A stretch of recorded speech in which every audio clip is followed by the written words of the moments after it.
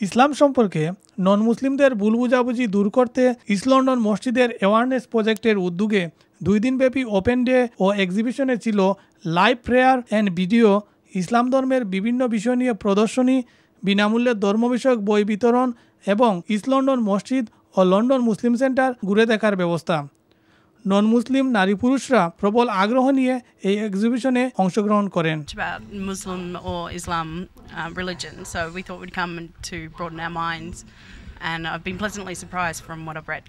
I think Islam is a very peaceful religion, like from the things that I've read today. It seems like a very peaceful way of life. এক্সিবিশনে অংশগ্রহণকারী royal London হসপিটালের একজন doctor তার প্রতিক্রিয়ায় বলেন, তিনি ইসলাম সম্পর্কে অনেক নেতিবাচক কথা শুনেছেন, কিন্তু এক্সিবিশনে এসে যা দেখলেন তাতে ইসলাম তার কাছে শান্তির ধর্ম বলে মনে হয়েছে। I'm a doctor and I was on my way to work when I saw that the open day was advertised on the side of the mosque, and I wanted to come in and learn a bit about Islam because it's so important to so many people. So I've come in and I've read about what Islam is and what Muslims believe, and it's been really interesting to see what so many people believe in and what their principles of life are. Awareness প্রজেক্টের chairman Raihan Uddin বলেন, গত 20 বছর যাবৎ এই আয়োজন চলে আসছে।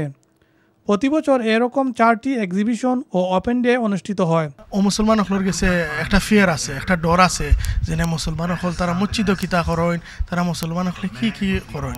আমরা এক জিনিস আমরা এই দেশ একলগে তাকিয়ার তারাও তো বুঝতে নানি মুসলমান কি, আমরা তো বুঝতাম তারা খে ও জিনিসের লাগে আমরা ওপেন ডে বছরও 4বার করা হয় ইস্ট লন্ডন মসজিদে। এক্সিবিশনে আসা মুসলিম ও নন মুসলিমগণ মনে করেন এই এক্সিবিশন ইসলাম ও মুসলিম সম্পর্কে নন মুসলিমদের মধ্যে ভুল বুঝাবুঝি দূর করতে গুরুত্বপূর্ণ ভূমিকা রাখবে।